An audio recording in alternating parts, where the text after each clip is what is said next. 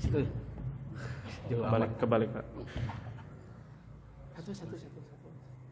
Boleh dibaca, bagi semua. Ini dibagi. Bagi apa? Dibagiin sebentar. Bagi. Bagi aja deh. Bagi. Alhamdulillah. Ya saya ada. Bagi. Alhamdulillahilladzi hadana li hadza wa ma kunna linahtadiya laula an hadana Allah. Asyhadu an la ilaha illallah wahdahu la syarika lah wa asyhadu anna Muhammadan abduhu wa rasuluhu la nabiyya ba'dah. Allahumma salli wa sallim wa barik wa karrim wa tahannan wa tafaddal wa takarram ala sayyidina wa maulana Muhammad wa ala alihi wa ashabihi wa azwajihi wa dhurriyyatihi wa atba'ihi ila yaumiddin, amma ba'du. Subhanaka la ilma lana illa ma 'allamtana innaka antal alimul hakim. Wa ma as'alukum alaihi ajra in ajriya illa 'ala Allahil ladzi fatarani rabbil alamin. Rabbi yassir wa la tu'assir, rabbi tammim bi khair waftah alaina kulla khair. Amma ba'du, bapak-bapak yang Allah Subhanahu wa taala muliakan. Syukur kehadirat Allah Subhanahu wa taala. Alhamdulillah, kita niatkan terlebih dahulu bapak-bapak untuk ngaji ini sebagai salah satu jihad di jalan Allah. Man kharaja min baiti liyatlubal ilma fahuwa fi sabilillah hatta yarji'. Dalam riwayat Tirmidzi, Rasulullah SAW katakan, orang yang keluar dari rumahnya untuk menuntut ilmu maka dia sama dengan jihad di jalan Allah sampai dia pulang. Dan Nabi SAW juga bersabda, man shoma yawman fi sabilillah ba'adahu Allah ta'ala minan nar 70 kharifan. Siapa yang berpuasa satu hari dalam jihad, siapa yang berpuasa satu hari dalam jihad, Allah Subhanahu wa taala jauhkan dia daripada neraka perjalanan 70 tahun. Jadi kalau Bapak jalan kaki dari sini ke mana-mana lah, pokoknya jalan kaki 70 tahun itu enggak berhenti-berhenti. Kira-kira bisa ngelilingin dunia apa enggak, Pak? Enggak berhenti-berhenti, enggak tidur, enggak ke WC, enggak sholat, pokoknya enggak makan 70 tahun jalan aja. Bisa enggak ngelilingin dunia, bisa enggak, Pak? Bisa. Itu jalan kaki itu, Pak. Mungkin bisa 2-3 kali ngelilingin dunia kalau jarak perjalanan 70 tahun. Itu kalau jarak perjalanannya jarak perjalanan jalan kaki ya. Kalau Bapak naik mobil berarti lebih cepat lagi itu. Kalau Bapak naik pesawat jet itu udah berpuluh kali atau ratusan kali ngelilingin dunia jaraknya. Semoga Allah Subhanahu wa taala jauhkan kita daripada neraka dengan puasa satu hari di jalan Allah. Kita jihad ini di jalan Allah, Allah jauhkan kita daripada neraka sejauh-jauhnya. Amin ya rabbal alamin. Pada pagi hari ini Bapak, saya ingin bahas kitab bab tentang i'tikaf. Bapak silakan buka halaman, bentar Pak ya, 46, halaman 46, 45, halaman 45 Pak. Bapak ini boleh. Nah itu 45. Yang megang buku lah ya, yang nggak megang buku di terawang aja. Allahu Akbar. I'tikaf nih Pak. Karena sebentar lagi malam Selasa ya. Selasa malam Rabu itu udah malam 21. Selasa malam Rabu, Senin malam Selasa. Selasa malam Rabu ya. Hari ini 18, hari ini 17. Besok 18 Minggu. Senin 20. Selasa 21. Selasa. Berarti Senin malam Selasa. Mulai itu kan maghrib Pak. Ya, maghrib hitungannya maghrib. Berarti Senin malam Selasa ya. Senin malam Selasa kita sudah masuk malam 21. Nabi SAW itu sudah menjadi rutinan untuk i'tikaf 10 malam terakhir. Karena Rasulullah SAW ya'takiful awashir ashral awakhir, thumma falamma tawafahullah i'takafat azwajuhu. Nabi SAW itu kata dalam riwayat Bukhari beriktikaf 10 hari terakhir bulan Ramadan. Ketika beliau sudah wafat, istri-istrinya juga iktikaf. Setelah beliau wafat, istri-istrinya iktikaf. Jadi iktikaf 10 hari terakhir ini adalah sunnah Rasulullah SAW yang sekarang banyak ditinggalkan umat. Sekarang ini Pak, orang iktikafnya di mall, iktikafnya di pasar, iktikafnya di bazar-bazar Ramadan. Ini 10 hari terakhir ini penentuan. Kalau kuda Pak, pacuan kuda itu semakin dekat finish, dia semakin dipecut, semakin kencang larinya. Kuda aja paham, kalau makin dekat finish, makin kencang dia larinya, makin memaksakan diri, makinlah dia payah-payahan. Nah kita jangan sampai kalah sama kuda. Udah dekat finish malah loyo. Lo ini gimana ini?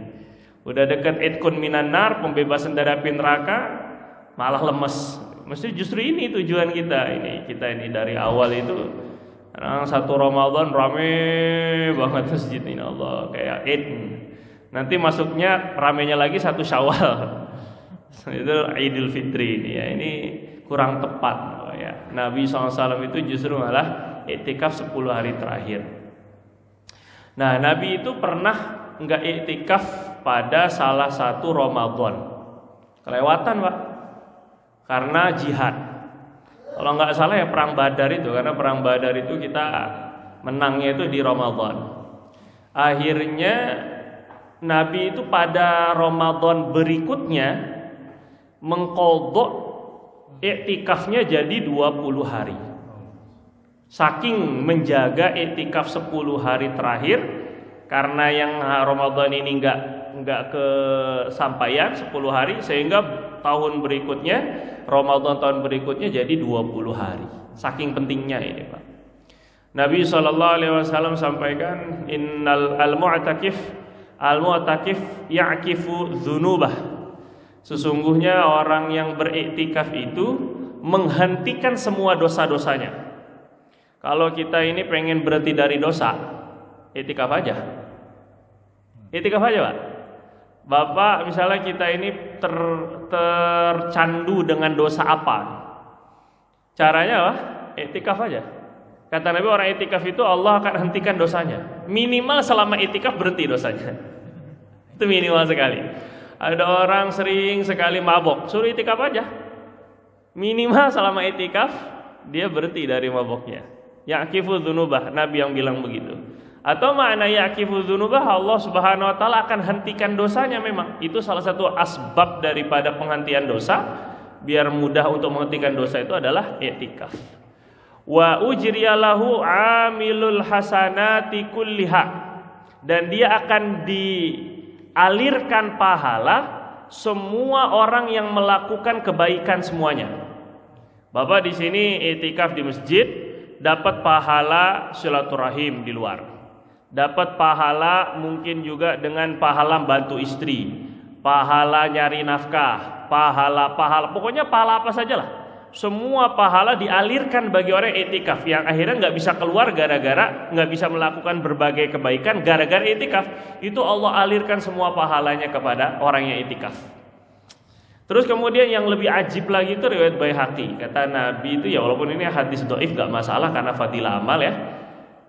Man i'takafal ashral awakhir, orang yang i'tikaf di 10 hari terakhir itu kahajjataini wa umratain, seperti 2 kali haji 2 kali umroh. 10 hari tapi Pak, 2 kali haji 2 kali umroh. Sekaya-kayanya Bapak nggak bisa setahun haji 2 kali, nggak bisa. Sekaya-kayanya ini kita duit ada, kemampuan menunjang, nggak bakal bisa haji 2 kali setahun. Karena yang namanya sekali wukuf udah, setelah keluar dari wukuf ya udah itu buat sekali haji 1 tahun itu aja. Nggak bisa dia nih wukuf untuk tahun ini, habis itu saya keluar lagi masuk ke Arafah wukuf lagi, nggak bisa. Nggak ada ceritanya haji setahun itu 2 kali, itu nggak ada. Tapi baginda Nabi kasih solusi bagi orang-orang yang mungkin pengen haji banyak, ini dengan cara salah satunya i'tikaf 10 hari bulan Ramadan terakhir. seperti 2 kali haji. Nah, yang lebih ajib lagi, yang lebih masya Allah lagi itu hajinya kan Pak, haji umroh di bulan Ramadan itu seperti haji, gitu ya Pak ya. Al-umratu fi Ramadan kahajatin ma'i. Umroh di bulan Ramadan itu seperti haji bersama saya, malah bersama Rasulullah. Jadi kalau umrohnya saja seperti haji, terus hajinya seperti apa? Gitu ya Pak ya. Berarti maknanya kalau umrohnya aja seperti haji bersama Rasul, terus hajinya seperti 70 kali haji bersama Rasul. Ini kayak apa ini Pak? 2 kali lagi. Berarti kalau begitu maknanya Bapak iktikaf 10 hari terakhir besok itu sama dengan 140 kali haji bersama Rasulullah. Ditambah 2 kali umroh. Berarti tambah 2 kali haji lagi, karena umroh itu sama dengan umroh di bulan Ramadan sama dengan 1 kali haji bersama Rasul. Berarti 2 kali umroh, 2 kali haji. Jadi 142 kali haji bersama Rasulullah hanya dengan 10 hari Pak. Gimana Bapak-bapak ini? Sudah termotivasi belum ini Pak ini? 10 hari aja Pak, nggak lama-lama. Aduh, tapi saya kerja. Oh, nggak apa-apa. Boleh kerja dari masjid kan nggak masalah Pak. Boleh-boleh aja, nanti pulang isi lagi. Saya dagang, nggak apa-apa, dagang aja tetap. Nanti sepulang dagang datang lagi ke masjid, nginepnya di masjid. Kita boleh itikaf sini boleh kan? Masya Allah, ini terbuka sekali ini. Itikaf ini di sini nih. Rutin, alhamdulillah. Apalagi ada teman-temannya. Kalau sendiri mungkin segan Pak, nyari masjid yang kosong itu segan kita. Dianggap maling, mau maling kotak amal lagi nanti kira. Tapi kalau rame-rame, alhamdulillah. Nah, ini kalau seandainya bapak-bapak ini pengen dapat pahala haji 142 kali, ini gampang Pak. Ini iktikaf 10 hari bulan Ramadan. Lebih bagus lagi kalau dari hari 20, malam 20. Karena takutnya nanti Ramadan 29. Apalagi prediksi kalender, prediksi kalender ini Bapak. Kalender itu 29 doang Ramadan ini sekarang kita. Berarti kalau dimulainya itu malam Senin. Kalau mau malam 20 ini dimulai dari Senin. Mulai dari malam Senin. Jadi biar tetap 10 hari Pak. Nah bapak-bapak mah nggak usah, jangan begininya. Kalau malam ganjil itikaf, malam genap istrikaf jadinya. Jadi kalau seandainya bapak begitu ya dapat pahala insya Allah gitu ya. Karena ngincer malam Lailatul Qadar. Benar sih, tapi gini Pak, ada penjelasan ulama tuh gini. Kita ini kan Lailatul Qadar itu memang nggak tahu ya. Memang sengaja Allah tuh nggak ngasih tahu, dan itu lebih baik buat kalian kata Nabi gitu. Waktu Nabi SAW mau nyampein Lailatul Qadar, kemudian Nabi SAW dengar ada 2 orang berkelahi, 2 orang dari kalangan sahabat ada yang bertengkar. Maka Nabi SAW dilupakan oleh Allah SWT. Kata Nabi, saya ini pengen menyampaikan kepada Lailatul Qadar, falamma talaha rajulani minkum unsitu. Ketika ada 2 orang bertengkar, 2 orang aja Pak. Ini gara-gara 2 orang ini akhirnya kita nggak tahu Lailatul Qadar ini. Gara-gara 2 orang. Maka aku dilupakan oleh Allah. Tapi kata Nabi, fala'alla dzalika khairun lakum. Mungkin hal itu lebih baik buat kalian. Lebih baik nggak tahu daripada tahu, ntar cuman ibadahnya malam itu doang, gitu maksudnya. Lebih baik nggak tahu, dah nggak apa-apa gitu. Maka Nabi bilang taharrau lailatul qadri fil witri min ashril awakhir. Maka cari, usahakan betul-betul nyari Lailatul Qadar pada ganjil-ganjil di 10 malam terakhir. Ganjil-ganjil. Akhirnya bener-bener ini umat Nabi ini pinter banget ini. Oh iya, ganjil-ganjilnya doang. Ada 21, 23, 25, 27, 29. Nah, gini Pak. Yang namanya 10 hari terakhir, Pak, itu kan bisa jadi kalau Ramadannya 29 berarti dari 20 10 hari terakhir itu. Coba ulangi, Pak. Sekarang kita misalnya Ramadan 29. Berarti 20 10 hari terakhirnya 20, 21 sampai 29 10 hari terakhir. Ganjilnya jadi genap, genapnya jadi ganjil. Ngerti gak Pak? Malam 20 itu malam ke-1 dari 10 terakhir. Malam 2 itu hari ketiga dari 10 terakhir. Ngerti nggak ini Pak? Bapak kekenyangan sahur ya? Kok jadi ini paham nggak Pak nih? Jadi maknanya Pak, yang namanya witir, yang namanya ganjil 10 hari terakhir itu bisa jadi genap.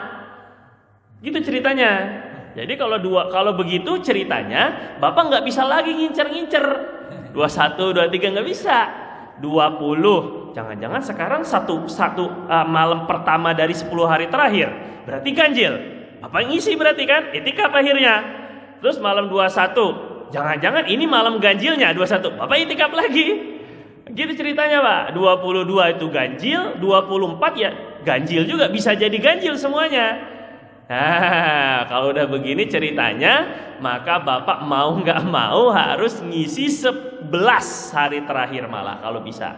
Takutnya tadi Ramadan cuma 29 dari malam 20. Siapa insya Allah? Kok lemes banget ini. Ini habis sahur ya lemes ini. Allahu Akbar. Nah, ini ceritanya gitu Pak, iktikaf itu sangat penting sekali. Dalam sebuah riwayat juga Nabi SAW katakan, man i'takafa yauman, orang yang beritikaf 1 hari, maka ba'adallahu minan nar thalatha khanadik, Allah akan jauhkan daripada neraka 3 kali parit, jarak 3 kali jurang. 1 jurang mabaina kulli khandaqaini mabaina sama'i wal ard. Jarak antara 1 jurang ke jurang itu antara langit ke bumi. Berarti 3 kali jarak langit bumi 1 hari. Kalau 10 berarti Pak, jawab dong Pak. Ini kan menyenangkan hati orang muslim Pak. Kalau 10 berarti 30 kali jarak langit dan bumi. Kalau Ramadan kali 70 berarti 210 kali jarak langit dan bumi. Masya Allah. Ini kita benar-benar orang yang takut neraka ya nggak bakal masuk neraka. Ini mah kalau seandainya memang benar ketakutannya kepada neraka. Kata ulama bilang, kalau kalian takut kepada neraka seperti takutnya dengan kemiskinan, kalian selamat deh. Kalau takutnya kita kepada neraka sebagaimana takutnya kita kepada kemiskinan, takut miskin kan? Selamat pasti. Karena ada usaha nantinya kalau orang takut itu. Pasti itu. Orang yang tadinya nggak bisa lompat gara-gara takut dikejar anjing, bisa lompat tinggi dia. Itu gara-gara apa? Takut. Ini dia. Ya, sekarang kita ini ingin bahas fikih iktikafnya. Nah, jadi yang penting diniatin dulu, Pak ya. Pak, niat dulu aja, niat aja kagak berani, ini gimana amalnya ini ya? Niat dulu. Saya niat iktikaf 10 hari terakhir, pengen iktikaf nanti 10 hari terakhir. Ya kita makan nggak tahu ya, Ramadan belum tentu terulang, Ramadan belum tentu datang lagi kan gitu ya Pak ya. Nah terus sekarang kita masuk ke babnya sekarang, iktikaf. Secara bahasa iktikaf itu artinya menetap pada sesuatu atau terus-menerus melakukan sesuatu. Jadi menetap kepada satu tempat atau menetap kepada suatu perbuatan itu namanya iktikaf secara bahasa. Jadi kalau kalau misalnya ada orang nonton TV mulu, itu secara bahasa iktikaf. Iktikaf depan TV, itu secara bahasanya. Kalau seandainya ada orang main game terus, wah ini anak lagi iktikaf ini. Iktikaf di depan game, karena secara bahasa tuh iktikaf artinya menetap terus-terusan ya. Makanya kita ini iktikaf itu ya paling tidak menetap. Terus secara istilah berdiam maksudnya menempati masjid dengan cara tertentu. Seseorangnya harus tertentu, nggak boleh sembarang, nggak boleh semua orang iktikaf memang di tempat tertentu dan niat tertentu. Nanti siapa saja tertentu ini ada ketentuannya maksudnya ya. Cuman yang jelas Bapak-bapak bahwa iktikaf ini adalah sunnah Nabi yang tadi saya bilang sudah ditinggalkan banyak oleh umat. Nah sekarang ini kalau kita menghidupkan kembali iktikaf 10 hari terakhir, nginep maksud saya, maka kita sama dengan semoga dapat pahala 100 orang mati syahid. Karena Nabi bilang manahya sunnati inda fasadi ummati falahu ajru mi'ati syahid. Siapa yang menghidupkan sunnahku setelah umat ini rusak, umat ini nggak ngamalin, itu dapat 100 pahala 100 orang syahid. Jadi kita ini menghidupkan kembali nih Bapak, apalagi Bapak-bapak ya yang alhamdulillah udah muka-muka kubur ya. Ini nggak apa-apa ini kan, kita ini nggak apa-apa muka kubur Pak ya, daripada muka dunia kan dengan muka akhirat kan Pak. Nah gitu ceritanya, saya juga udah muka kubur ini, Allahu Akbar. Nah jadi kita hidupkan kembali nih sunnahnya Nabi ini Pak ya. Nggak apa-apa kita ini mau kerja, mau dagang, mau apa, tapi nanti kembalinya ke masjid lagi. Dan kalau ada hajat tertentu kita keluar pun nggak jadi masalah ya. Nanti kita balik lagi ke masjid. Yang penting pokoknya hatinya tuh terikat dengan masjid. Nah ini dapat perlindungan nanti di hari kiamat. Orang lain panas, orang lain gerah, orang lain ada yang tenggelam dengan keringatnya. Orang-orang yang di bawah perlindungan Allah santai, teduh. Sab'atun yudhilluhumullah yauma la dhilla illa dhilluh. Ada 7 orang yang Allah lindungi di bawah perlindungannya Allah Subhanahu wa taala. Di antara yang 7 ini adalah rajulun qalbuhu mu'allaqun bil masajid, yaitu orang yang hatinya terpaut dengan masjid. Jadi kalau kita ini i'tikaf, berarti hati kita ini ke masjid. Walaupun ada keperluan nanti keluar, balik lagi ke masjid. Berarti hatinya terpaut sama masjid ini. Nanti dilindungi oleh Allah Subhanahu wa taala, teduh, enak di hari kiamat itu nyaman. Gitu ya, Pak ya. Hukumnya sekarang, hukum i'tikaf. I'tikaf itu hukumnya wajib kalau dinazarkan. Nah, Bapak-bapak jangan salah mengenai persepsi nazar. Banyak orang yang keliru persepsi nazar itu kalau digantungkan dengan sesuatu. Kalau saya punya anak, saya nazar akan puasa misalnya. Kalau saya dapat proyek, saya nazar akan sholat, sedekah misalnya. Kalau saya diizinin kawin lagi, ini misalnya ini kan nazar ini. Nah ini enggak, ini kurang tepat nazarnya Pak. Banyak orang yang salah persepsi di dalam nazar yang seperti ini. Karena kata Nabi, innama yakhrujun nadhru min bakhil. Nazar yang seperti ini nih hanya keluar dari orang yang pelit. Dia nggak mau ibadah kalau keperluannya nggak dipenuhi sama Allah. Jadi seolah-olah dia ngomong sama Allah gini, ya Allah, kalau sampai enggak, gitu lebih kurang nih. Kalau sampai nggak punya anak, saya nggak mau ibadah. Kalau sampai proyek saya nggak berhasil, saya nggak mau sedekah. Kalau sampai saya nggak diizinin kawin lagi, seolah-olah itu begitu Pak.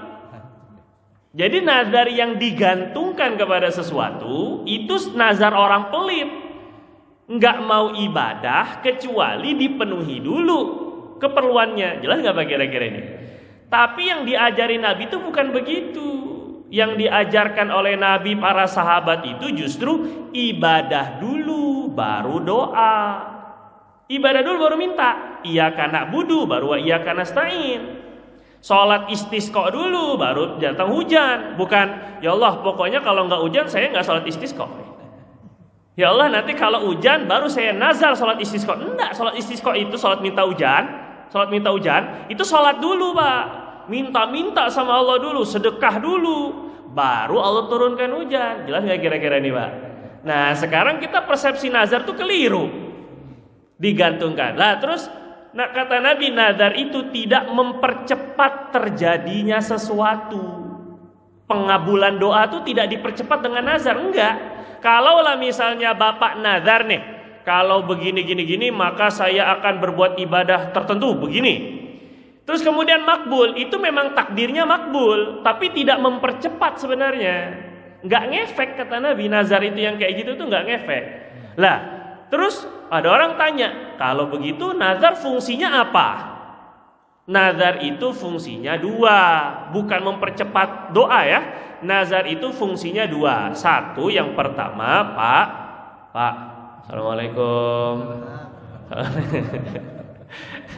Pak, nazar itu fungsinya 2. Satu, yang pertama adalah melipat gandakan pahala. Ini satu. Karena dari sunnah yang bisa dinazar itu cuma ibadah sunnah Pak. Ibadah wajib nggak bisa dinazarin. Saya nazar sholat zuhur. Loh, Bapak nggak pakai dinazarin juga udah wajib. Ya jelas ini ya, jangan ngaco ini ya. Jadi nazar itu hanya hanya ibadah sunnah. Gitu ya. Yang bisa dinazarin dari sunnah ke wajib itu bedanya 70 kali ganda. Nah, sekarang ini Bapak nazar dulu iktikaf. Sekarang Bapak kan yang belum nazar coba. Yang belum iktikaf, yang belum niat. Bapak cuma duduk doang di sini. Kagak niat iktikaf. Cuma dapat pahala sholat jamaah, zikir, ya sama ini ngaji, tapi belum dapat pahala iktikaf. Nah, sekarang bapak-bapak yang belum iktikaf niat juga sekarang. Saya nawaitul iktikaf fi hadzal masjid sunnatan lillahi ta'ala. Itu kalau saya, atau pakai bahasa Indonesia deh.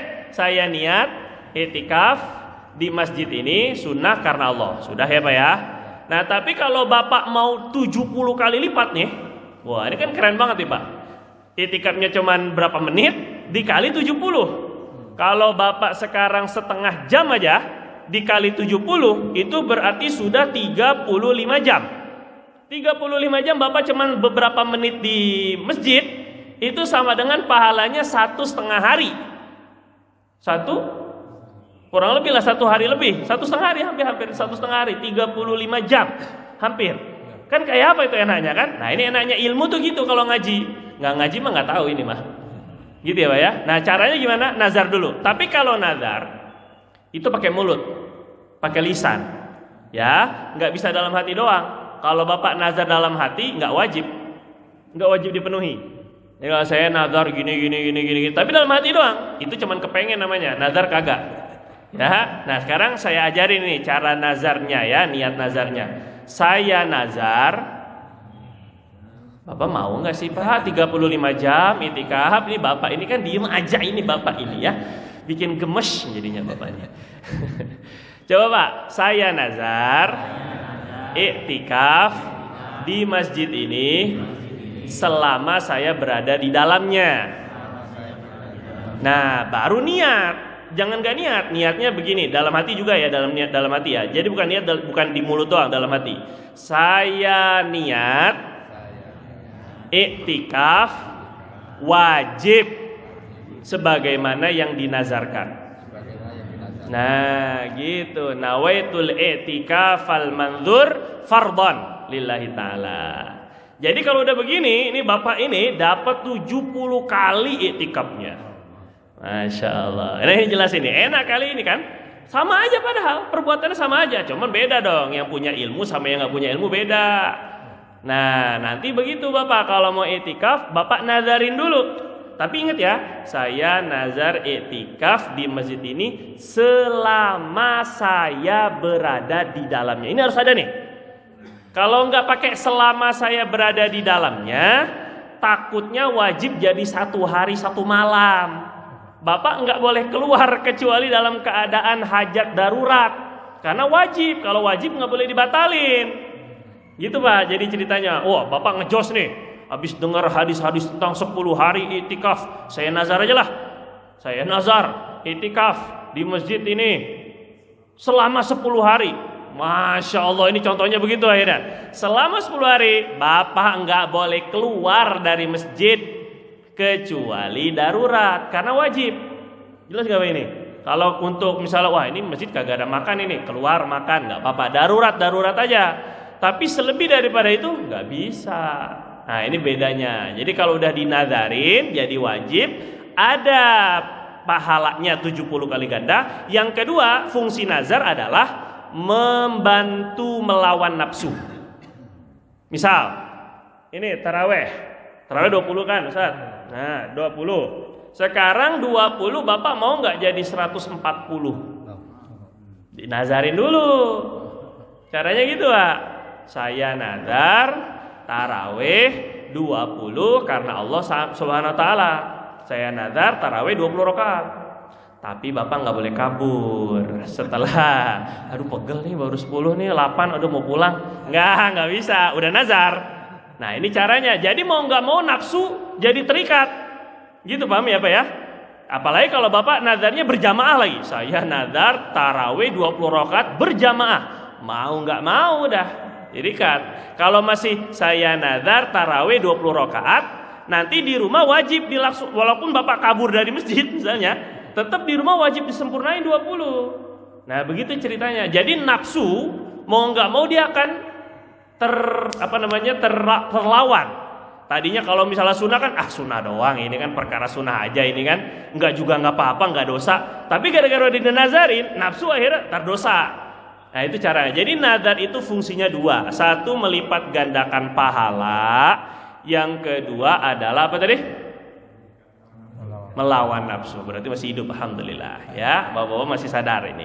Jadi intinya iktikaf itu bisa jadi wajib kalau dinazarkan. Satu. Yang kedua, iktikaf hukumnya sunnah dan ini hukum asalnya. Asalnya iktikaf itu sunnah kapan aja, nggak ada batasan waktu. Iktikaf itu hukumnya sunnah kapan aja, nggak ada batasan waktunya ya. Khususnya 10 akhir bulan Ramadan. Makruh. Nah, iktikaf itu hukumnya makruh. Ini mazhab Imam Syafi'i ini Pak. Iktikaf itu makruh untuk perempuan yang masih memiliki daya tarik. Wah, ketarik-tarik nih. Wah, ketarik-tarik nih, daya tarik ini ya. Maksudnya masih bisa membuat lelaki itu seneng ngelihatnya. Kita nggak bilang tertarik ya, nggak bilang apa suka, tapi ya pokoknya masih seneng, enak dilihat lah intinya. Mungkin dari bodinya, mungkin dari wajahnya, mungkin dari bodi dan wajah. Nah, yang seperti ini iktikafnya dia makruh, walaupun pakai izin suami, yang walaupun aman, tidak dikhawatirkan orang lain tergoda. Jadi lebih baik kalau kira-kira ibu-ibu masih cakep, saya masih cakep katanya. Maka lebih baik iktikafnya di rumah, ikut mazhab Hanafi aja. Mazhab Hanafi boleh iktikaf di rumah bagi perempuan, bukan bagi bapak. Jangan ikut-ikut, saya mazhab Hanafi, saya mah iktikafnya di rumah. Ngarang ini ya. Itu hanya perempuan, Pak. Perempuan boleh iktikaf di rumah, dia niat iktikaf memang. Saya niat iktikaf di rumah, tapi jangan sambil nonton drakor. Jangan sambil nonton sinetron ini enak banget ini. Ya, di kamar sambil megang tasbih, sambil baca Quran itu boleh. Tidurlah kalau minimal tidurlah kalau seandainya nggak ngapa-ngapain juga. Kan daripada maksiat mendingan tidur kan. Nah, begitu lebih kurang, Pak. Nah, terus itu kalau ada izin suaminya. Itu kalau aman dari fitnah, bikin orang nggak tergoda. Tuh fitnah itu maksudnya bukan difitnah-fitnah. Oh, nanti kamu gini-gini, bukan. Fitnah bahasa Arab artinya tergoda, orang tergoda begitu ya. Tapi kalau enggak ada izin suaminya, atau dia malah bikin orang malah enggak khusyuk iktikafnya, malah orang pengen iktikaf semua ke masjid gara-gara ada dia. Nah ini udah lain ceritanya ini. Itu ngajaran kebaikan, salah ini caranya ini kan, malah jadi dosa ini. Ngarang. Jadi yang seperti ini malah tidak boleh iktikaf, haram hukumnya kalau sampai membuat terpana dan terpesona. Jadi mendingan dia nggak usah iktikaf. Tapi iktikafnya sah. Loh, kok haram tapi sah tuh gimana? Iya maksudnya gini, kalau dia nazar nih, si perempuan ini nazar pengen iktikaf. Padahal dia tadi tuh punya pesona dan ketika dia ketika dia di masjid membuat orang lain jadi terpesona. Kan tadi haram. Tapi dia iktikaf tuh menggugurkan nazarnya, sah tuh maknanya. Jadi sah itu maksudnya menggugurkan kewajibannya kalau dia nazarkan. Nah makanya Pak, ini hati-hati yang namanya di masjidnya.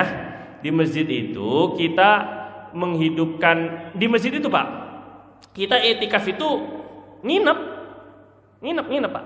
Nah dalam Al-Quran tuh Allah bilang, wala tubashiruhunna wa antum akifuna fil masajid. Jangan kalian berseronokan, jangan kalian berjima bahkan dengan istri kalian ketika iktikaf di masjid. Coba Bapak bayangin, kalau iktikaf kita yang sekarang cuman sebentar-sebentar doang, mungkin nggak kalau sampai berjima di masjid? Bapak iktikaf cuman beberapa menit doang. Kalau seandainya nafsu lagi naik, tinggal pulang aja. Nah ini kenapa bisa ada ayat kayak begini? Karena sahabat itu iktikafnya kan nginep, iktikafnya full 10 hari. Jadi ketika naik nafsu lah istrinya juga ngikut. Ya wajar aja, pengen dapat barokah. Innalillahi wa inna ilaihi raji'un kan. Jadi kalau orang dulu di zaman jahiliyah itu Pak, ada orang zina, tapi dia orang pacaran ini zina, namanya Isaf dan Nailah. Nah ini dua orang ini zina tuh anti mainstream, dia nggak mau biasa. Kita zina biar dapat barokah, zinanya di Ka'bah, zinanya di Ka'bah. Namanya Isaf, laki-laki namanya Isaf, perempuan namanya Nailah gitu. Akhirnya dua orang ini terus zina. Setelah zina jadi patung. Nah, jadi cerita dikutuk kayak maling kundang tuh udah ada sebenarnya. Jadilah patung dia, dua orang ini, Pak. Terus kemudian satu patungnya ditaruh di Bukit Sofa sama orang-orang dulu sebagai peringatan nih, biar kalian semua harus hati-hati untuk menghormati Baitullah, gitu maksudnya. Akhirnya satu patungnya ditaruh Sofa, satu patung ditaruh Marwah. Tapi turun temurun ternyata jadi disembah. Lah aneh ini. Tadinya buat peringatan monumen tadinya kan, jadi disembah. Setelah baginda Nabi SAW itu Fathu Makkah, kemudian beliau haji kan. Nah orang-orang para sahabat itu merasa ada segen gitu, nggak enak gitu kalau sampai mau sa'i antara Safa dan Marwah. Loh kok sa'i antara Safa dan Marwah? Karena di sana ada Isaf sama Nailah itu. Nah, akhirnya Allah Subhanahu wa taala turunkan ayat itu, faman hajjal baita wa i'tamara fala junaha alaihi ay yatawafa bihima inna Safa wal Marwata min sya'airillah faman hajjal baita wa i'tamara fala junaha alaihi ay yatawafa bihima. Safa Marwah bukitnya itu bahagian daripada simbol agama Allah. Bukitnya, walaupun dulunya ada patung itu, patung Isaf dan Nailah itu, tapi sekarang udah nggak ada, udah dihancurin. Nah maka sahabat yang merasa tadinya nggak suka ke sana, kayak seolah-olah kayak mirip-mirip kayak orang jahiliyah gitu maksudnya. Maka kata Allah, siapa yang haji ataupun umroh, maka jangan ada rasa keberatan untuk sa'i antara Safa dan Marwah. Nah itu ceritanya. Ada yang zina di Ka'bah. Ini kan luar biasa ini Pak. Nah orang kalau sekarang ini orang haji itu ya boleh sih. Orang haji dia bawa istri. Mah kita pengen dapat barokah nih mah. Akhirnya bergaul sama istrinya itu. Nanti punya anak namanya Musdalifah, namanya Arafah, namanya Mina, namanya Jeddah sekalian ini kan. Nah itu gara-gara itu ceritanya. Nah kembali, jadi intinya yang namanya iktikaf itu untuk perempuan yang masih punya pesona makruh. Tapi kalau perempuan yang kira-kira saya mah udah nenek-nenek ini, nggak apa-apa, sunnah tetap, gitu maksudnya, gitu ya. Tapi kalau masih punya suami dengan izin suaminya, gitu ya Pak ya. Nah terus yang haram tapi tidak sah, yaitu iktikaf orang junub dan wanita haid. Pokoknya kalau haid langsung keluar, kalau junub langsung keluar, nggak boleh dalam masjid. Terus syarat sahnya alias termasuk rukunnya. Kenapa nggak disebut rukun? Kenapa syarat sah? Karena itikaf tuh nggak ngapa-ngapain Pak. Itikaf nggak ada perbuatannya. Bapak ngapain itikaf? Nggak ngapa-ngapain. Ini Bapak bengong doang, tidurnya dapat pahala. Itikaf tuh nggak ngapa-ngapain. Saya tidur aja, ya tidur aja nggak apa-apa. Tidur kayak Ashabul Kahfi 309 tahun sekalian, nggak keluar dari masjid. Dapat pahala itu di dalam masjid karena itikaf. Nah jadi nggak usah terlalu ini. Kadang-kadang orang gimana ya, nggak boleh tidur di masjid. Masya Allah, itu ajaran siapa itu? Nabi di masjidnya tidur. Nabi itu Pak di masjidnya tidur. Nabi itu pernah, Nabi itu tidur itu kakinya satu di atas kaki kanannya, di atas kaki kirinya. Tiduran. Sayyidina Ali pun tiduran di masjid. Riwayat Bukhari. Siapa yang ngelarang tuh masjid nggak boleh tidur tuh siapa? Kalau seandainya takut, misal alasannya takut kotor lah, takut berantakan, ya tinggal beresin lagi, tinggal rapiin lagi Pak, daripada kos masjidnya bersih tapi nggak ada amalnya. Mendingan mana ini kan? Mendingan ada amalnya, walaupun agak kotor ya tinggal bersihin. Kalau mau misalnya nggak boleh tidur di sop pertama, sop kedua misalnya karena buat orang sholat, atau di karpet buat sholat. Selebihnya silakan, itu oke lah. Atau tidur pakai alas biar kalau ngiler atau bantal misalnya, kalau ngiler misalnya nggak ngilerin karpet musola masjid. Nah itu jangan nggak boleh tidur. Mestinya masjid itu silahkan tidur di masjid dengan niat iktikaf gitu mestinya. Bukan tidur di masjid kagak sholat, enak aja itu mah, usir aja itu mah ya kan. Nah ini maksudnya ngidupin masjid itu begitu memang. Ya sama kayak gini, bapak mendingan mana? Makan tapi ntar lapar lagi, atau udahlah nggak usah makan ntar juga lapar lagi? Coba bapak mendingan mana? Makan tapi ntar lapar lagi, atau mendingan udahlah nggak usah makan ntar juga lapar lagi? Ini logika nyambung nggak? Enggak, bapak mendingan nggak apa-apa makan ntar juga lapar lagi, tinggal makan lagi gitu kan? Ya sama kayak gini juga, ntar kotor ya nggak apa-apa, yang penting itikaf ntar juga dibersihin lagi. Jangan sampai nggak itikaf gara-gara takut kotor gitu maksudnya. Ini kadang-kadang terlalu ini kan. Ini DKM yang nggak paham tuh gini, ini nggak ngaji ini. Kayak gitu lebih kurang ya. Nah jadi iktikaf itu Pak tidak ada amalnya. Amalnya niat doang. Yang membedakan orang nongkrong nih di masjid sama orang iktikaf bedanya cuma niat. Gitu aja bedanya. Nah satu niat. Nah niatnya tadi sudah kita ajarin ya. Kalau bapak niatnya sunnah, nawaitul i'tikaf fi hadzal masjid sunnatan lillahi ta'ala. Atau repot Pak, panjang, susah ngapalinnya. Nawaitul i'tikaf. Gitu doang Pak. Nawaitul selesai. Saya niat i'tikaf beres. Itu dapat pahala sunnah. Nggak pakai lillahi ta'ala, madumtu fihi fi hadzal. Nggak usah ada itu panjang-panjang, repot. Nawaitul i'tikaf beres. Tapi kalau bapak mau dapat yang 70 kali tadi itu, caranya tadi itu, saya nazar i'tikaf di masjid ini selama saya berada di dalamnya. Baru niatnya saya niat i'tikaf wajib sebagaimana yang dinazarkan. Begitu niatnya. Jelas Bapak-bapak? Siap insyaallah? Insyaallah. Yang kedua, dilakukan di masjid yang sifat wakafnya sempurna sebagai masjid. Wakaf. Bukan tempat yang hanya dikhususkan untuk sholat. Nah, tidak semua musola sama dengan masjid.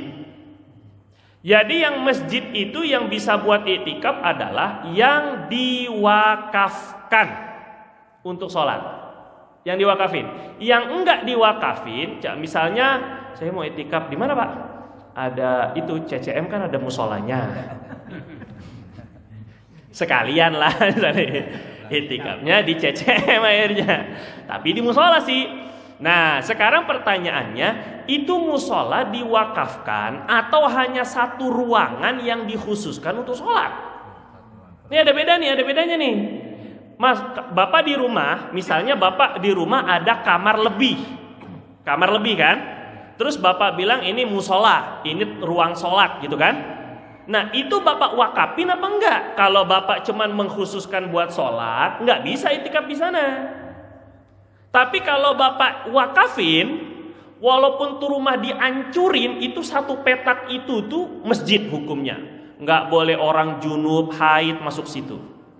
Kalau udah wakaf tuh begitu, selama-lamanya sampai hari kiamat Pak, tetap walaupun sepetak masjid itu.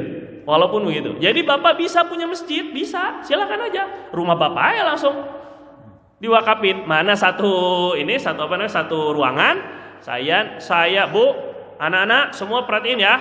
Ini satu petak tanah ini, ruangan ini bapak wakafin buat masjid atau musola, beres.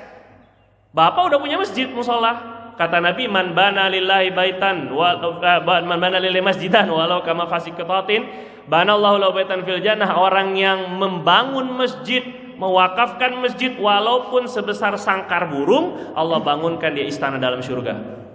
Jadi bapak bisa i'tikaf di situ? Bisa emang. Ibunya bisa i'tikaf di situ. Anak-anak bapak bisa i'tikaf di situ. Enggak masalah. Enggak mesti harus ada pakai toa, azan. Itu nyaingin masjid alami namanya ini kan. Jadi banyak banget nanti. Enggak, musola biasa. Kita punya musola di rumah tapi diwakafin. Cuman konsekuensinya gitu nanti. Lama amat ini bunyinya. Jadi konsekuensinya gitu. Konsekuensinya bapak-bapak walaupun tuh rumah udah dirombak renovasi, nggak bisa berubah statusnya. Saya batalin nggak jadi masjid lagi dah, nggak bisa. Gitu ya Pak ya. Nah itu ceritanya begitu ceritanya. Nah sekarang iktikaf itu intinya yang sudah diwakafkan masjid. Nah musola-musola yang ada sekarang itu diwakafin nggak? Musola-musola yang kita sekarang lihat, musola, itu diwakafin nggak Pak tanahnya? Diwakafin nggak intinya? Wakafin. Kebanyakannya diwakafin. Kalau udah pakai plang, apalagi udah pakai tulisan, itu kebanyakannya diwakafin. Nah kalau begitu, kalau ada orang bertanya, musola ini hukumnya kayak masjid apa enggak? Masjid. Nah jadi musola kayak surau, langgar, apalah namanya, pokoknya udah diwakafin buat sholat, wakaf ya, maka jadi masjid. Orang junub nggak boleh, orang haid nggak boleh, dan bisa iktikaf, bisa tahiyatul masjid di sana. Jelas nggak Pak kira-kira? Nah itu syarat nomor 2 tuh, untuk iktikaf harus di masjid yang sudah diwakafkan ya. Yang ketiga, berdiam diri. Berdiam diri itu bukan diem aja, bukan. Maksudnya menempati ruangan masjid itu melebihi ukuran waktu tumak nina dalam sholat. Tumak nina itu subhanallah, lebihin dikit. Jadi bapak nih iseng-iseng lewat masjid, masuk, saya niat itikaf, subhanallah, alhamdulillah, keluar, udah dapat pahala itikaf. Ini paling enak mazhab Syafi'i ini Pak. Mazhab Syafi'i ini mazhab kita nih paling enak buat itikaf. Nggak perlu 1 hari. Mazhab Maliki harus 1 hari full plus pakai puasa. Nggak bisa nggak pakai puasa kalau mazhab Maliki itu. Mazhab Hanafi harus 1 hari full. Kalau mazhab kita cuman main-main doang, masuk ke dalam lebih dari ukuran subhanallah aja. Subhanallah wal, udah keluar aja. Nggak pakai alhamdulillah malah. Yang penting pokoknya bapak di dalam masjid niat iktikaf lebih dari subhanallah, lebihnya dikit udah dapat pahala iktikaf. Makanya sayang kalau sampai kita nggak niat.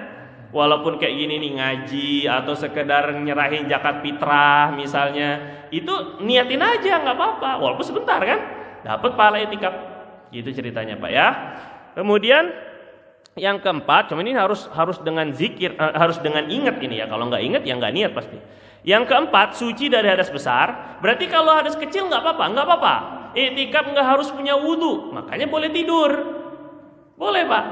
Nah untuk kentut di masjid, hukum kentut di masjid ini tidak makruh memang, tapi adabnya saja. Adabnya jangan.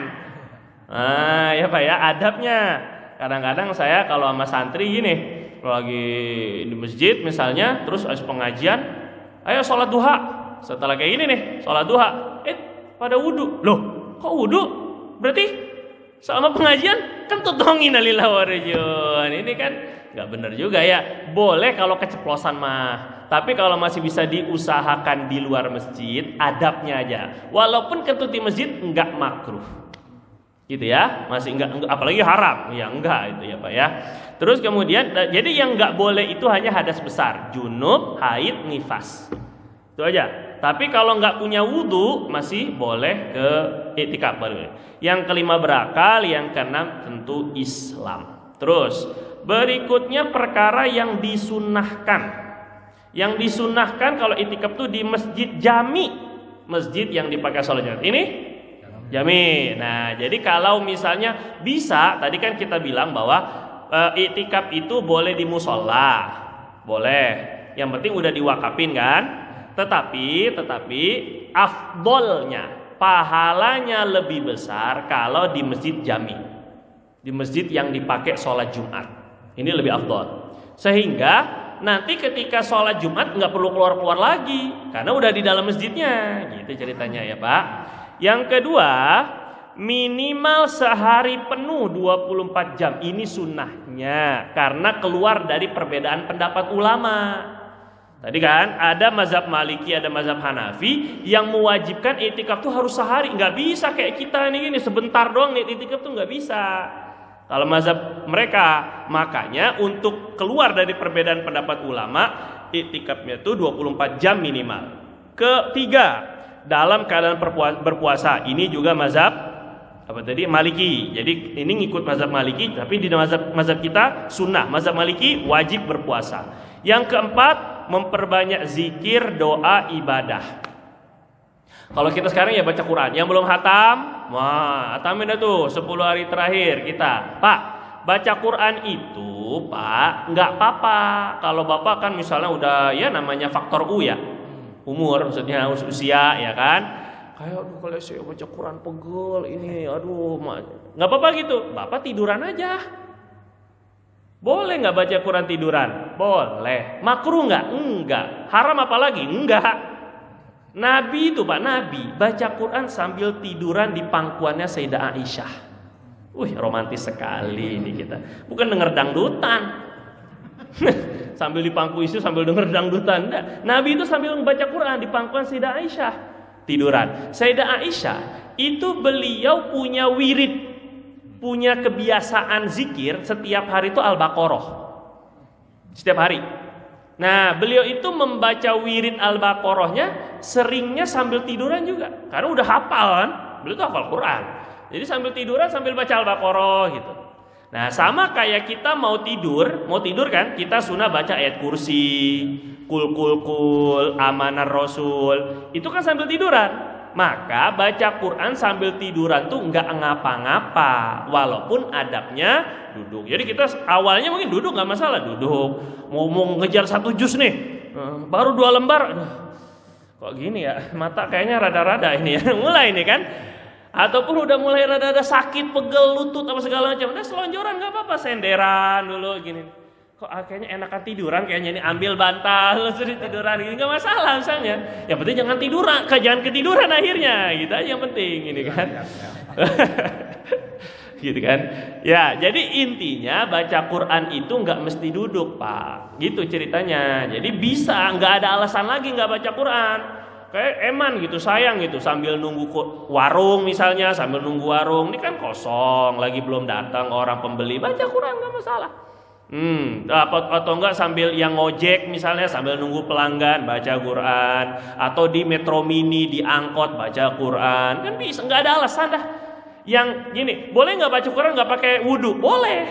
Yang nggak boleh ngebawa sama megangnya, harus pakai wudhu kan? Tapi biar boleh megang nggak pakai wudhu, mending Bapak megangnya Quran terjemah.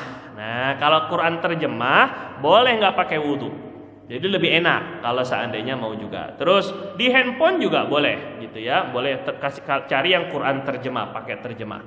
Terus kemudian berikutnya, meninggalkan perkara makruh dan sia-sia. Nah, termasuk sia-sia dan perkara makruh itu perkara makruh di masjid.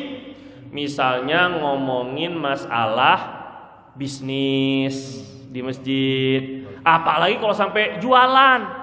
Nah, ini satu tali 2 mata uang gimana gitu? Sekali dayung 2-3 pulau terlampaui nih. Waduh ini.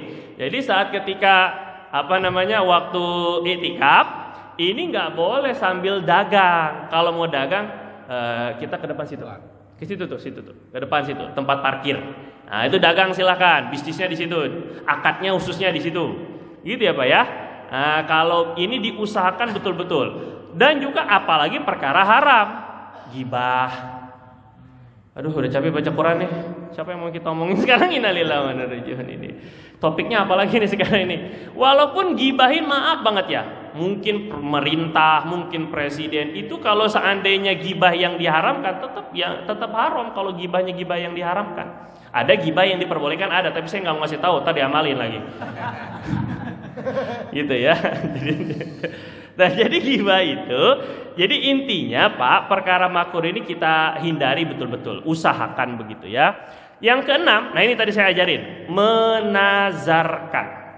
Sunnahnya dinazarin dulu ya. Yang ketujuh, menjaga adab masjid.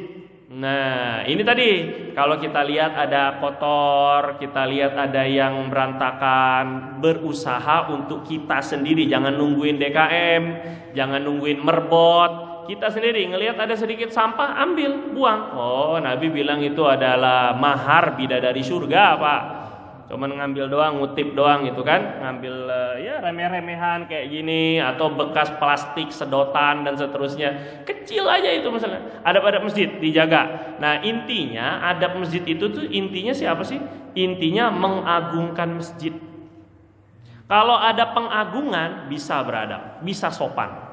Kalau nggak ada pengagungan nggak bisa sopan. Kita akan mudah sopan santun sama bos, sama pimpinan kita, sama pelanggan kita. Kenapa?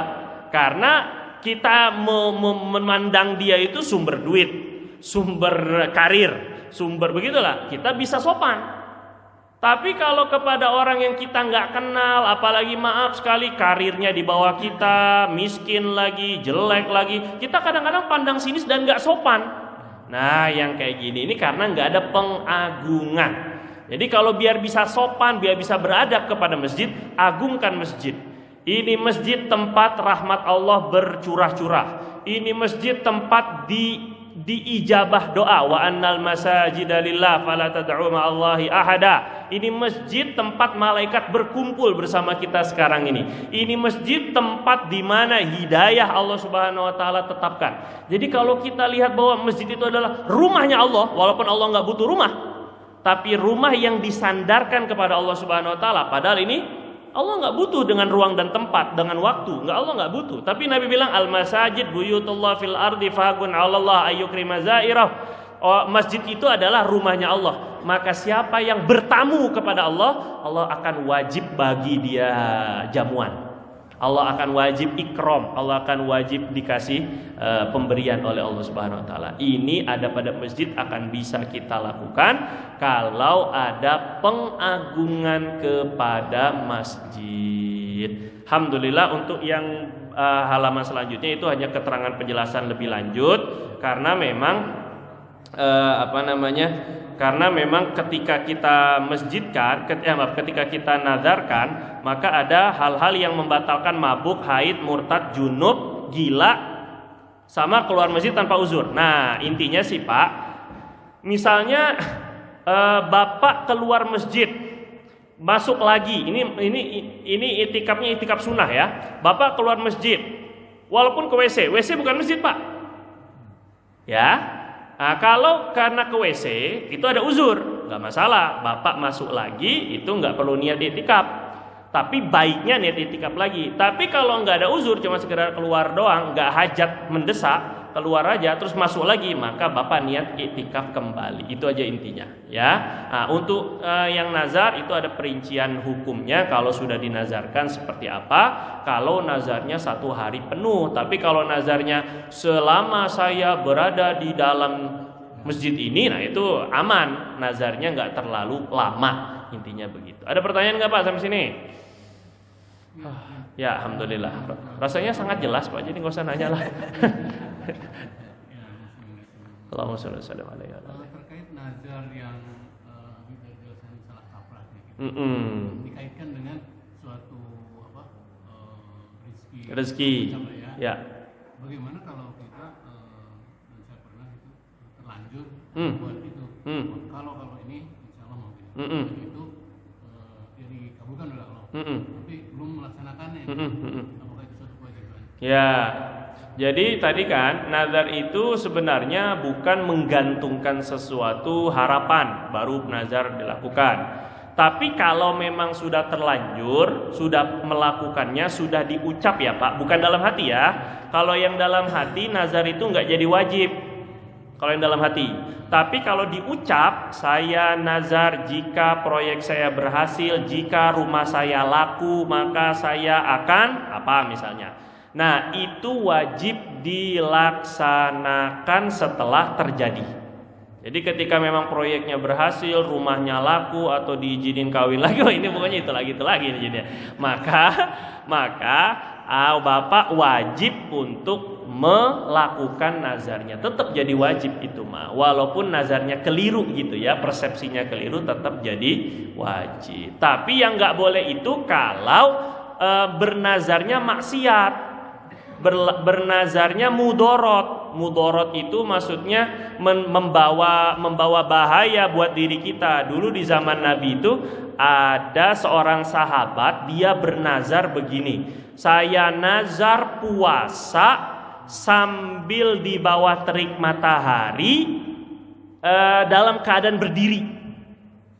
Ini bisa punya pikiran kayak gini karena sahabat tuh mikirnya gini, semakin berat ibadah, semakin pahalanya gede.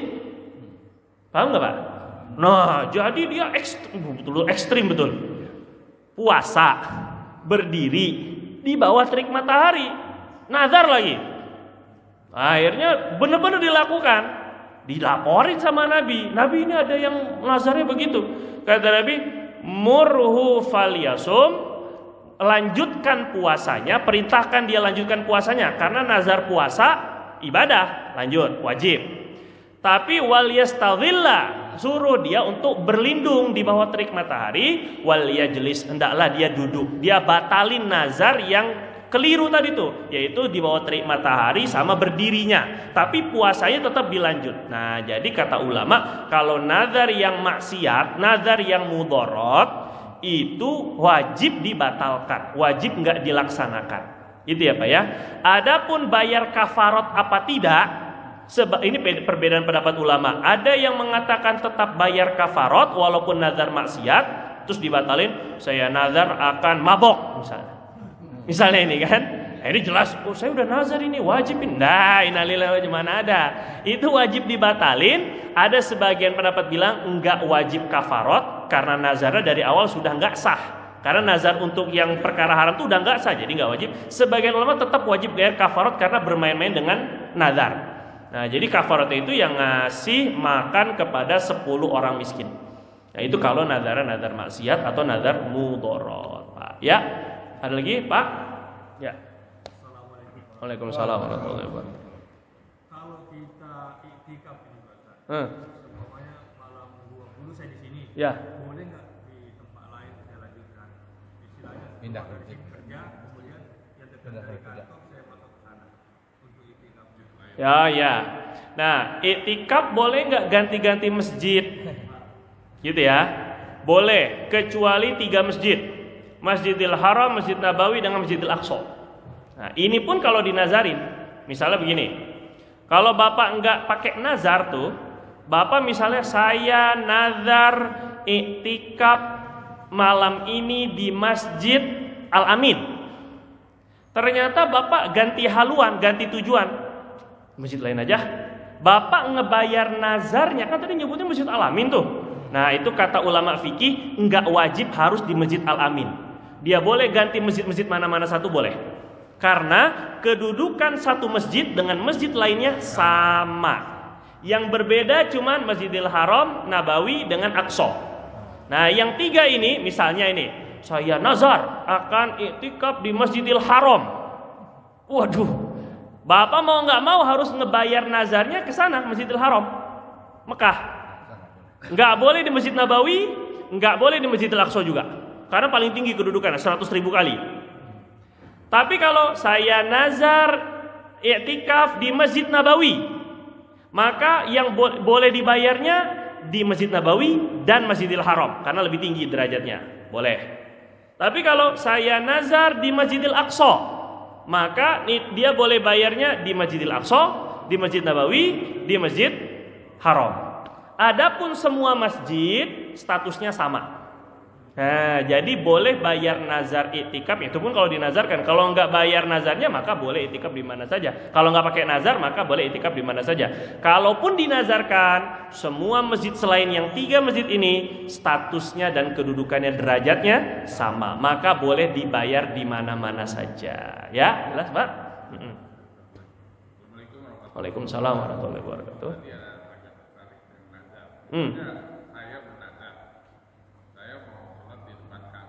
Ya Allah berikan kemampuan untuk sana. Nazarnya begitu, bisa nggak Pak? Boleh. Kalau bapak nazar itu sholat di depan Ka'bah, hukumnya wajib apa sunnah? Sunnah. Nah, berarti kalau bapak nazarkan suatu perkara yang sunnah, Bapak wajib membayar sholat depan Ka'bahnya pakai sholat sunnah yang dinazarkan. Nggak boleh pakai sholat wajib doang. Jadi misalnya gini, Bapak tadi udah nazar, saya nazar sholat di depan Ka'bah, begitu ya. Nazar itu kan tadi nggak boleh yang wajib, nggak boleh yang haram juga, nggak boleh yang wajib juga. Karena yang wajib tuh nggak usah dinazarin juga udah wajib, gitu kan. Maka Bapak wajib membayar nazar Bapak sholat di depan Ka'bah itu minimal dengan 2 rakaat sholat sunnah, bukan sholat wajib. Jadi Bapak usolli fardho, jatuhnya usolli fardho, terserahlah mau sholat duha boleh, sholat tahajud boleh, tahiyatul masjid ya boleh, mau apa saja. Pokoknya sholat sunnah yang dijadiin nazar. Yang kalau Bapak hanya semata-mata ikut sholatnya imam, gitu kan? Terus kemudian Bapak merasa itu sudah terlunasi nazarnya, itu tidak terlunasi. Karena tadi Bapak nazar sholatnya kan umum di depan masjid, maksudnya sholat sunnah yang dijadiin nazar. Tapi niatnya hati-hati Pak, niatnya saya niat sholat fardu. Nah, tahiyatul masjid atau duha lah misalnya, atau hajat lah, terserahlah mau sholat apa saja, taubat lah boleh kayak gitu. Yang penting fardunya wajib intinya, gitu ya Pak ya. Ya, cukup terakhir. Itikaf kan di masjid Ustaz ya? Apakah di dalam masjidnya? Apa dia pelataran? Juga bisa. Kalau masjid-masjid yang besar kan luas. Ya kan halaman parkir aja luas. Bener. Iya. Jadi gini Pak, iktikaf itu adalah di masjid. Apa itu masjid? Area yang dinazarkan, yang diwakafkan untuk sholat. Sekali lagi, area yang diwakafkan untuk sholat. Jadi ketika ada gambar masjid awal, denah masjid, sketsa masjid, mana ruang sholat, mana area sholat. Kalau area sholat ditentukan, kan gini Pak, orang hari ini berwakaf untuk masjid itu bukan hanya masjid, tapi semua perangkat masjid, ya WC-nya, tempat wudhunya, parkirnya, menaranya, itu semua tuh. Nah jadi nggak bisa kita bilang semua areanya jadi masjid. Kalau begitu maka nggak boleh bikin WC di situ, karena buang air kecil, buang air besar di dalam tanah wakaf masjid hukumnya haram. Jadi secara uruf, secara kebiasaan sekarang, orang mewakafkan masjid itu sudah termasuk dengan tempat wudhu dan WC-nya. Gitu maksudnya. Jadi maknanya yang hanya benar-benar masjid itu yang ditetapkan untuk sholat. Gitu ceritanya. Maka sketsa itu, apakah sketsa itu masuk ini, pelataran ini masuk dalam sketsa apa enggak? Oh masuk. Berarti ini termasuk bisa iktikaf, bisa juga tahiyatul masjid di sana. Tapi kalau seandainya pelataran itu tidak termasuk, maka nggak bisa iktikaf, nggak bisa tahiyatul masjid di sana. Nih, sholat Jumat full sampai ke itu aja tuh tempat parkir motor. Terus mau sholat tahiyatul masjid, nah nggak ada tuh tahiyatul parkiran namanya Pak, ngarang, nggak ada. Bapak sholat apa? Sholat tahiyatul. Loh, ini parkir motor kok tahiyatul masjid, nggak bisa. Yang bisa masuk atas bisa, tapi kalau di depan itu udah nggak bisa. Jelas ya? Nah begitu ceritanya. Nah jadi kita yang kalau nggak tahu gimana nih, pelataran ini masuk masjid apa enggak? Kebanyakannya pelataran masih masuk masjid. Kebanyakannya, karena rahbatul masjid fi hukmil masjid, di dalam kitab fikih itu pelataran masjid itu masih dihukumi masjidnya. Nah begitu lebih kurang sebutnya harimul masjid. Nah tapi kalau memang kata DKM atau kata pewakafnya atau kata arsiteknya ini pelataran memang nggak masuk dalam masjid, maka memang nggak bisa iktikaf di sana. Begitulah lebih kurang. Jelas bapak-bapak ya? Wallahu ta'ala a'lam bishawab. Lebih kurangnya saya mohon maaf. Kita tutup dengan kafaratul majlis. Subhanakallahumma wa bihamdika asyhadu an la ilaha illa anta nastaghfiruka wa natubu ilaih. Lebih kurang assalamualaikum warahmatullahi wabarakatuh. Allahumma salli wa sallim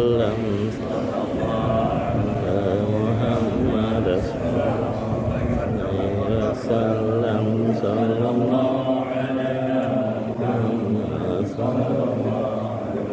wasallam Muhammad sallallahu alaihi wasallam Muhammad sallallahu alaihi wasallam